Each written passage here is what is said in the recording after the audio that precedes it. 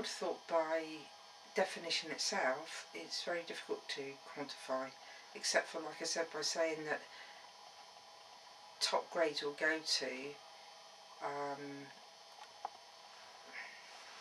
the unexpected creative elements that are produced by an individual. It is easy to assess the product. It's an individual's interpretation of something, so I think that's where the term creativity comes from. Oh my goodness.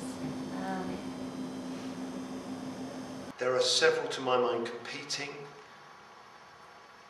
contrasting discourses around what creativity is. You could argue it from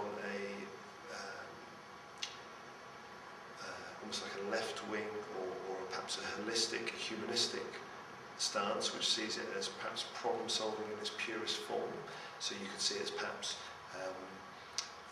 family-based. You could see it as being societally based to improve the material and emotional and social well-being of the people.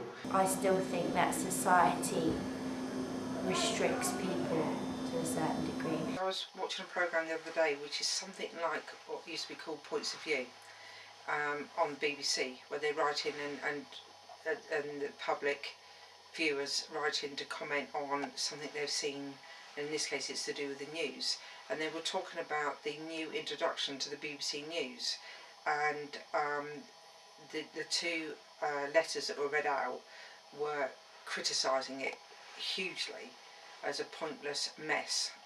And yet when they interviewed the creator of the whole introduction to the news, the thought, the process, the meaning that he tried to link with it, to him had a huge definition and interest to him, and it really did mean something. So it's really difficult to say that. I think the public can be impacted upon both negatively and positively. People's perception, to my mind, of creativity is this very consumerist approach, most people, and as such they demand the results of creativity as long as it's cheap, reliable, and probably, and to be fair, I've done it, I've gone looking for a second-hand car before, and providing it works, like I want the product, I don't necessarily want to buy into, and so this is a fault of mine as well, I don't necessarily want to buy into the idea that I have to pay heed to the whole process, or the fact that that process has taken time and may be unpredictable. I want a predictable outcome.